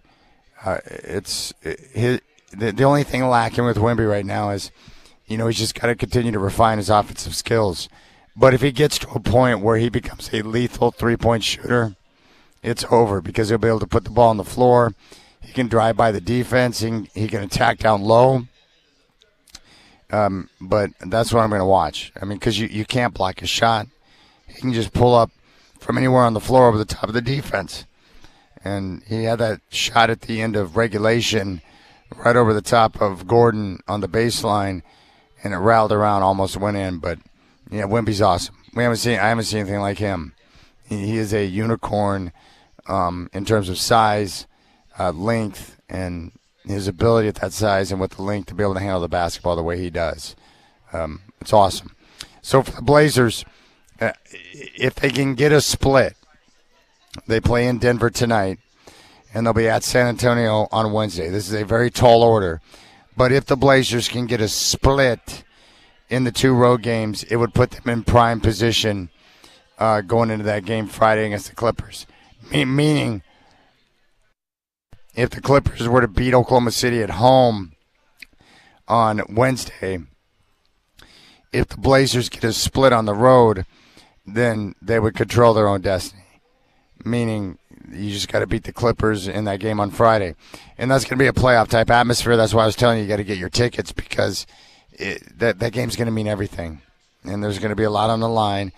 And for the young Blazers, Kamara and Scoot and Klingon and Denny and all the guys who haven't had a taste of that type of, moment, where you play in meaningful games, I'm just excited to see how they react to that. And I think it's going to be great. So I'm looking forward to this final week. And the Blazers will be in the plan. They're going to be 8 or 9. But, again, being 8th is a major advantage because you get 2 opportunities to win one game to advance to the postseason. All right, so you should come down to Spirit Mountain Casino. The BetMGM Sportsbook is really awesome. I'm looking at the open seating right now. Cushy chairs. There are some people here hanging out watching some of the pregame shows that are going on. But they got the counter where you can walk up and, put in your action. Parlays, teasers, sides, totals, in-game wagering on the kiosk machines, futures, anything you could possibly want. And with all the screens, and you don't have to have a reservation. You just come down and find a seat that works for you and be able to sit back and watch the games.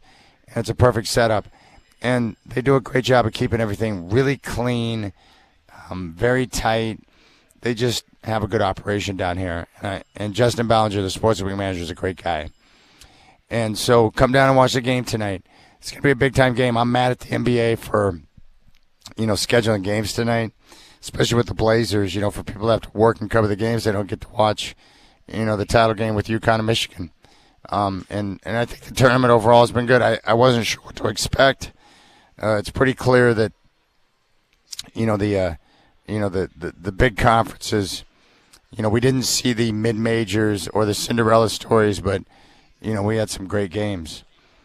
And now we get a titanic matchup in the title game with Michigan and UConn. So it's going to be fun to watch. 503-248-0620 is your telephone number. 503-248-0620. If you want to jump on board, you can do so. I really am enjoying the sunshine, too. It's been nice.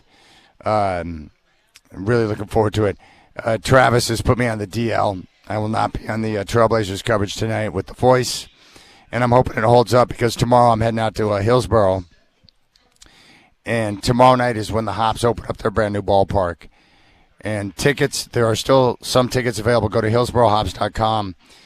Tomorrow's going to be awesome because that ballpark, a lot of work and a lot of effort and a lot of attention to detail went into putting that together. And so they're going to open it up tomorrow night, and it's going to be a special night. So I'm going to go out there and do my show from Hops Ballpark. And I'm also going to do something really cool. John Sakanik is going to meet me out there before the game, and we're going to do a Catch 365. So we're going to play catch. It's something that he does to continue the tradition of playing catch with people. And so he's going to come out and join me. I'm looking forward to it. But again, after hearing from KL and everyone that's involved with the team, they all seem to feel the same way. It's attention to detail. The detail that was put into the stadium and how it looks and the feel that you have knowing that you're in the Northwest and that the park belongs to the Hops, like they really did a good job with that. So I'm looking forward to being out there. So I'll be out there from 3 to 6 tomorrow. The Blazers will then play on Wednesday. Home game Friday night, the biggest game of the year with the Clippers. And then the finale on Fan Appreciation Day Sunday against the Kings. So that's kind of what the layout is. Title game tonight. Blazers will be in Denver to face the Nuggets. Hops open up their brand new ballpark tomorrow. Blazers in San Antonio on Wednesday. Home game against the Clippers on Friday, biggest game of the year. And Fan Appreciation Day when they close it out. The regular season Sunday against the Kings. So get tickets for the Clipper game. You're going to be there. It's going to be a playoff-type game. All right, 503-248-0620. We'll come back, and when we do, Justin Ballinger is going to accomplish two things. One, he's going to do a full preview and break down the title game for you, and he's going to help save some of my voice, that of which is left. I appreciate your time. Special edition of the Rip City Drive from Spirit Mountain Casino, from your place to bet on college sports. And the title game tonight will tip off right around 6 o'clock. Blazers also tip off at 6. Game day will come early. Chris Burkhardt will have game day 3 to 5. And then Curtis Long will have the network pregame show at 5 o'clock. Travis Demers on the call in Denver at 6 here on your home of the Blazers, Rip City Radio 620.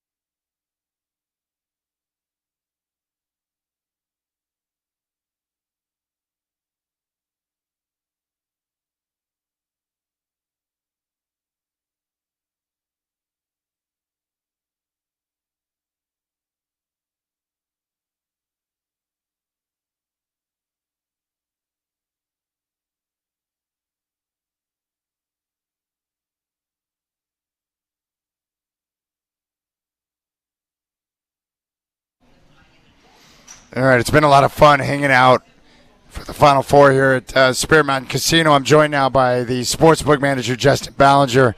I appreciate you, my friend. Absolutely. It's great to be back. One more game. Well, first off, props to you for great pick on UConn over Illinois. You went through the game and the indicators, and I thought UConn went out and just played a classic UConn game. Their half-court execution was great.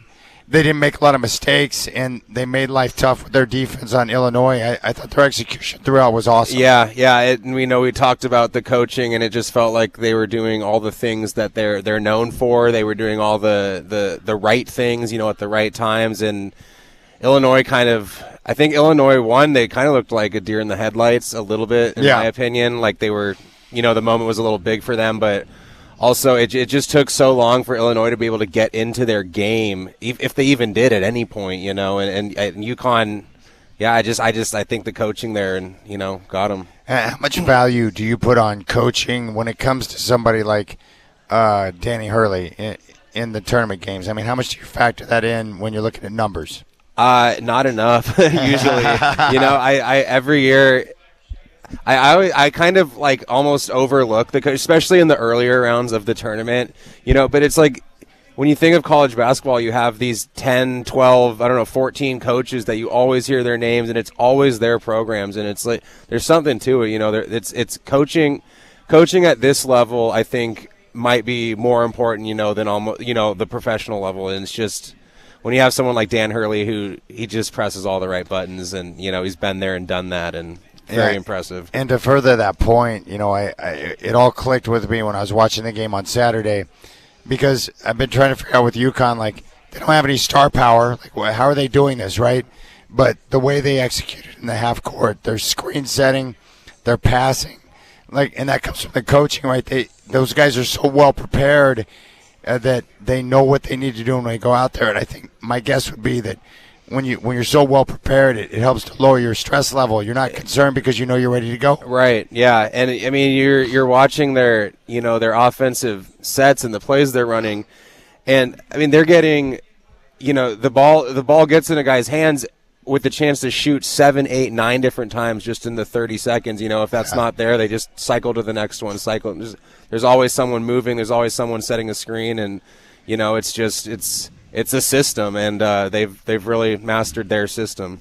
All right, in the other game, I mean, from the start of the tournament, the two best teams have been Arizona and Michigan. And, before that game, you didn't really have any lean in terms of indicators in terms of what was going to happen. And then I guess what caught me off guard was I thought that was more about Michigan's talent and dominance than it was about Arizona not getting the job done. Yeah, I agree. When teams play like that, it's almost they're above everyone. There's you can't match it, and it doesn't matter if Arizona had played their perfect game. I still think they lose by 6, 8 points there. It's just when a team's clicking at that level and they're able to reach that level, I don't know how you can stop that. Wow, that's pretty awesome. All right, so where did the line open for UConn and Michigan? So opened at 7.5. Saturday night it hung around at 7.5. For us here at Spirit Mountain, we dropped to 6.5 when we opened on Sunday morning, and we've been 6.5 since. I just looked into Vegas, and I saw it. So Vegas opened 7.5 and 7 everywhere as well. Just in the last 4 or 5 hours today, it's like a unanimous 6.5 across the board all of a sudden. Wow. So yeah, we're Michigan minus 6.5 right now, but it's coming down a little bit. Where's the majority of the money at right now? For us and for Vegas, it's heavy Michigan.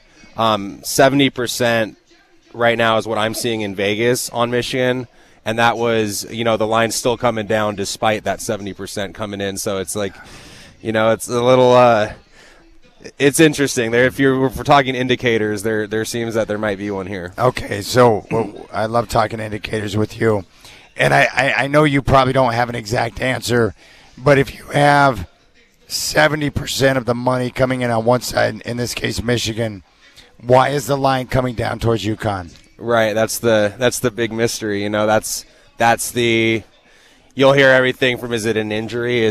What does Vegas know that we don't know?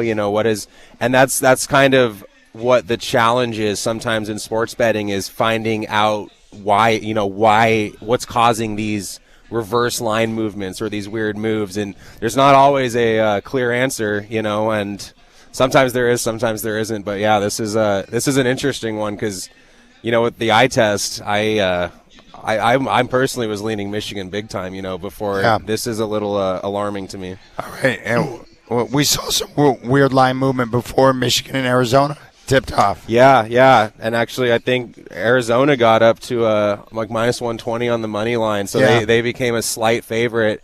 And another case of the money had already been coming in all week. So it's like, what caused that? And then clearly, in that case, it didn't mean anything. Gosh, I'm fascinated by that. All right, so the indicators would point to UConn maybe being the play at the plus 6.5. Yes, that's what the indicators are pointing to. All right. Now, for you, I mean, you've been on Michigan since early in the season. Like, was it Gonzaga? Who did they play when you started to realize how good Michigan was? Yeah. Gonzaga played Michigan in that Players Era Festival, that big NIL tournament that they had in Vegas. And Gonzaga at that time, as you know, I'm a Zag fan. They were fully healthy. They hadn't lost yet. They just steamrolled Alabama 2 nights before, and they were like number 4 or 5 in the country, just absolutely rolling. They were, if I remember correctly, they actually opened as a favorite in that game against Michigan, 2 or 3 points. And when I sat down and watched that game, I couldn't believe Gonzaga was not even close to being in the same league as the Michigan team. And the Michigan team looked like what I just watched on Saturday again against Arizona, where it's their level is so elite above everyone else, where it doesn't matter how good these other teams are. I think if they're playing like that, no one's going to be able to touch them. And so that Thanksgiving tournament is kind of when I realized Michigan is very legit. Now, overall for the tournament, do you guys have any liabilities out there, or are you guys in a good spot as a sports book? We're in a good spot. UConn's a little bit of a win, not as much as we'd like to see, but Michigan's actually a pretty solid win for us. So good. Yeah, good spot to be in. Because the majority of the futures here were on Arizona, right? Yeah, Arizona and actually Gonzaga, a couple other teams, but they got knocked out pretty early. So your basic West Coast teams. Yeah, exactly. All right, so could this be a game where maybe it's closer than we anticipate? UConn gets the cover, but Michigan gets the win. Yeah, that's what I'm seeing with the line moves and stuff. I'm still having trouble internally, myself, seeing how this game stays that close. And maybe Dan Hurley. We just talked about the coaching again. Maybe he has some formula to slow Michigan down, and if that's the case, if UConn's going to be able to get into their sets. And I think, slow the shot clock down, run their plays and stuff. And if they can keep Michigan out of the fast breaks and stuff, I can see them holding on to at least cover. I can't wrap my head around a UConn win though, right now at least. Yeah, that's. But think about it. There's a majority of people who are into this game tonight probably see it the same way. Yeah, and mostly what I'm seeing, just on social media and online and, talking heads on the TV. It's over. It seems like it's over, yeah, which we saw with the Indiana, against Miami in the college football. That was over and Miami covered. How much do you see public getting impacted by the previous game? So, the narratives going into the Michigan-Arizona game, the talk was that was the national championship game. Right. The two best teams. And then Michigan goes out there and dominates. So I wonder how much that impacts your psyche when you're looking at this matchup with UConn and Michigan. Yeah, I feel like that's what a lot of what I'm seeing and hearing is from, just that the recency bias. It happens in NFL all the time. A team wins by 40 one week, and all of a sudden they're probably a 4 or 5 point too big of a favorite the following week. But it's also, when you see something that elite, I think too, your head just, how can they lose? But it's also when they play that good, it's got to be hard for Michigan to always play at that level too. Yeah. There's got to be some part of that. All right, so if for those who are coming down for the game tonight to enjoy it, like, if you got one game, like, what are some different wagers to consider, different ways people can approach the game to have fun with it? Yeah. We still have these the race bets. First to 15. Oh, yeah. There's also a first to 30 as well. So kind of, it's kind of the first half-ish type bet there, but a lot of times the underdogs come out strong and they get those ones hit for them. But we also we have halftime wagering. We'll have the live wagering going on, and on the live wagering on the kiosk, there are different components to it. We noticed some funky bets last time. Like you can bet on, say the score is 50-50. It'll let you bet on who's going to score the 110th point in the game. Who's going to score the 125th point in the game. So things like that. So there's some fun ones, to at least keep you interested in little chunks of the game while you're watching the whole thing. And is that normal where MGM will have like more offerings for a big game like this? Yeah, absolutely. The famous one, the Super Bowl, it goes from 100 bets to 1,000 bets, on that day. But yeah, they always try to expand as much as possible when it gets to the end of the season. I want to ask about the total. What's the total for the game tonight? Total, we are at 145.5 right now. This would feel like a under type of a game, right? Right, and especially like if UConn is going to cover, it has to go under. Absolutely, right? It has to. That's what it feels like. At least we'll see. Like I said, if Michigan gets out and is running and they put up 90 again, I don't know. UConn's. All right. So, what is your best guess with the reverse line movement? What is your best guess? What causes that? Have you talked to anyone in the industry that you respect that gives you any insight on that? No, not for this particular game at least. There's, and like I said, it's so hard to gauge what causes these things. And what's nice is when it happens and you bet it and it hits, and then you find out after the game, like, oh, this happened on Wednesday, leading up to it, or this player was sick, or half the team ended up being sick and they didn't practice all week. And there's just weird things. But what I always find interesting is it's like, did Vegas know that? How is the line still coming down when? And the other thing to consider is that I haven't touched on is while we're sitting really good here at Spirit Mountain for the futures, the liability side. Oh yeah. It's possible that, like in Jersey, they're super heavy on UConn, maybe, or Michigan, for example. So they might be moving the lines a little bit in terms of what they need against their future liabilities as well when we get this late in the season. So that's always a possibility as well. I'm not 100% sure where everyone stands on their liabilities. Now, are Vegas and Jersey, are they pretty well coordinated together in terms of lines, or does it vary on region? It varies on region, but I think each of the national betting companies are a little bit different. As I understand, with a couple of them, you're going to get the same line anywhere you are in the country. But I've also heard of companies, they will regionalize, their lines, knowing, like us here in Oregon, we know during football season we're getting Oregon football money regardless of if the spread's the spread, if it's 1 point off, 2 point off, 3. So different, depends on the company, depends on the state and the region, but that's also something to consider. And do you have books you'll look to, like if you want to know where the public's going compared to maybe the sharp money?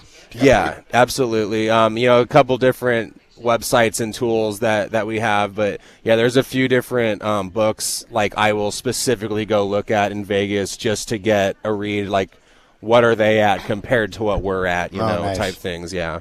Oh, by the way, I thought about you over the weekend. How about the Dodgers coming back to beat the Nationals yesterday? Yeah, incredible. They were trailing 6-1, and you're like, a 6-1 lead against the Dodgers is not safe. No, 50-50. I actually, so when I was driving home yesterday, they had cut it to 6-3. Yeah. They were 5-1 in play, and I'm like, I gotta grab a little bit of that. So, but it's just it's a team. You're never gonna be able to count them out, and it's I was making a joke with myself. They're so good. For all I know, they go down 5 runs on purpose just to give themselves a new challenge. Because they haven't, just to mess around with. But and you and I were talking about this again yesterday, but the Dodgers, their approach, like Mookie Betts got banged up a little bit. Mm-hmm.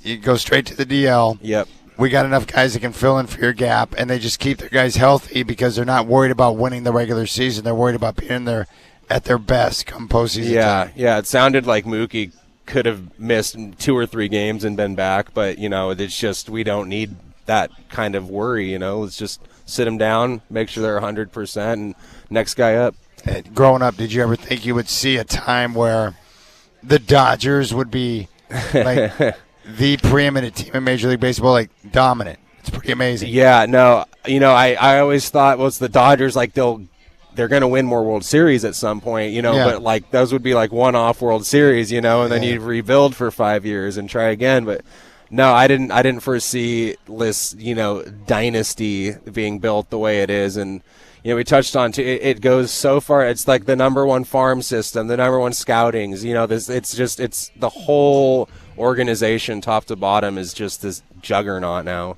We're talking to our good friend Justin Ballinger, sportsbook manager right here at Spirit Mountain Casino. So after the title game tonight, what are some of the next big events that people can come down and get involved with the wagering? We got Masters coming up, and then what's after the Masters? So we got Masters next Sunday, or this Sunday now, which will be pretty big. We're going to be doing some wagering for the Kentucky Derby. We've done that the past couple of years. So Kentucky Derby first Saturday in May.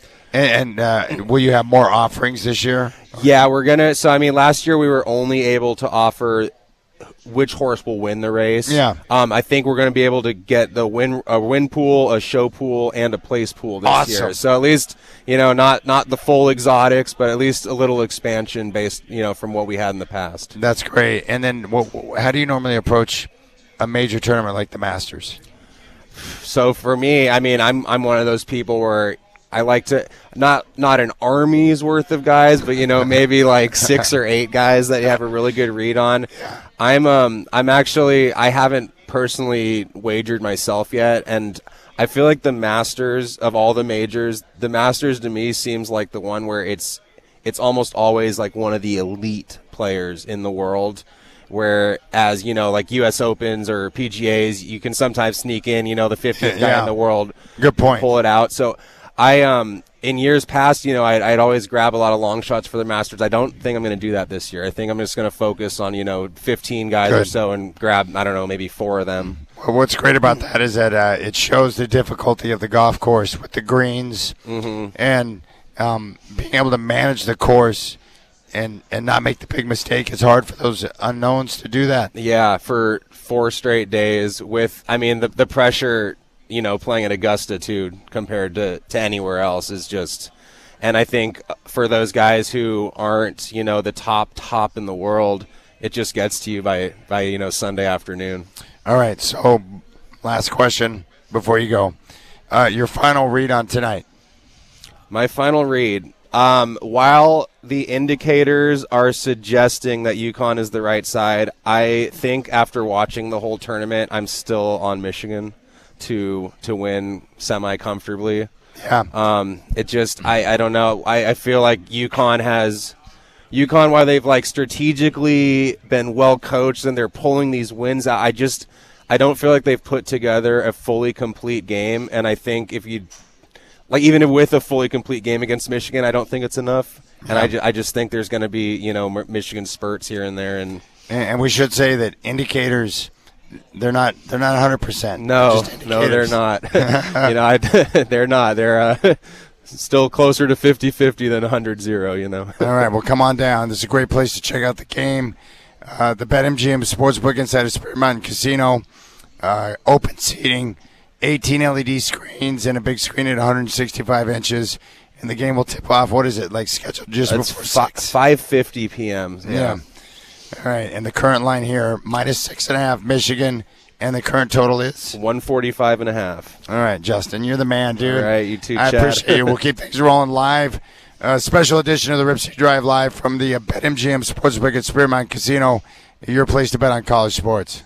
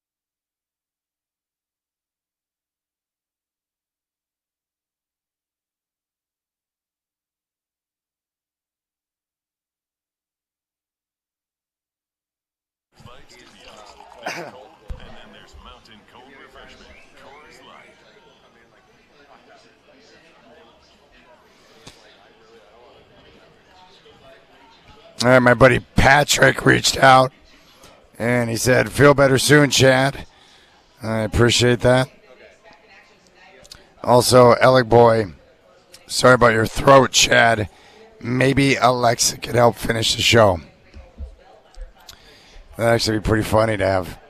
I don't want to give my bosses any ideas about AI or computer-generated voices or anything like that. I'm hoping that AI can't take over a opinion-based sports show. You know, where conversation is kind of the foundation, but who knows? We shall see. So, you know, big thanks to everyone that helped out today. Kel Wambacher, Scott Spinelli, and Justin Ballinger. This show today is not going to the Radio Hall of Fame because of my voice, but the guests were strong and really helped me pull through, and I appreciate that. Blazers going to play a big one tonight in Denver against the Nuggets, and I'm just hoping that they're going to find a way to be able to get through and grab at least one of the two road games. It's important, but they've got to find a way to, scratch it out. And, you know, I'm hoping that the Blazers can, if they get a win tonight or on Wednesday against the Spurs, it's going to put them in a position to where they they don't have to worry about what the Clippers do. They just got to worry about, winning that game. You know what I'm saying? So if they get a split in one of the next two games on the road, regardless of what the Clippers do in that game against Oklahoma City, if they were to pull an upset and get the win, Portland would still control everything, with the game at home on Friday against the Clippers. So, Blazers are playing for a lot right now. The problem is they're going to take on two of the hottest teams in basketball. Denver's won 8 straight. Spurs had won 11 straight before their loss on Saturday in Denver. So that's really what they're up against. It's tough. But, these are the type of games we've talked about, right? Where you get an opportunity to showcase what you can do. So that's what it's all about. You get used to you get more experience in these games. You learn how to function, how to execute, and do all the things you're supposed to do. And we'll see what the Blazers can do with it. But two very difficult teams. Denver's offense, the best in the NBA. The Spurs, the way they move the basketball, their defense, and obviously just the presence of Wemby. It's pretty darn impressive. Jeez. And watching Wemby, I still can't get over the length and the way he's able to operate. It's pretty mind-boggling. 503-248-0620 is your telephone number. Chris Burkhardt will have a special Blazers game day tonight from 3 until 5. Curtis Long will have the network pregame show at 5 o'clock. Tip-off in Denver with Travis Demers will be at 6. And I'll be live tomorrow from the brand-new ballpark out in Hillsboro. But I appreciate you taking time to join me today. Spirit Mountain Casino, big thanks to Justin Ballinger for letting me hang out the last couple of days, being able to talk about the tournament. Get down here. This is going to be a great place to watch the title game tonight with Michigan and with UConn and everything you want. You got food with 10 Barrel Brewing, the Stadium Bar. You've got parlays, teasers, totals, sides, futures. You've got the in-game betting and a lot of props on the kiosk machines. So enjoy the game tonight, and I will talk to you tomorrow on your home of the Blazers, Rip City Radio 620.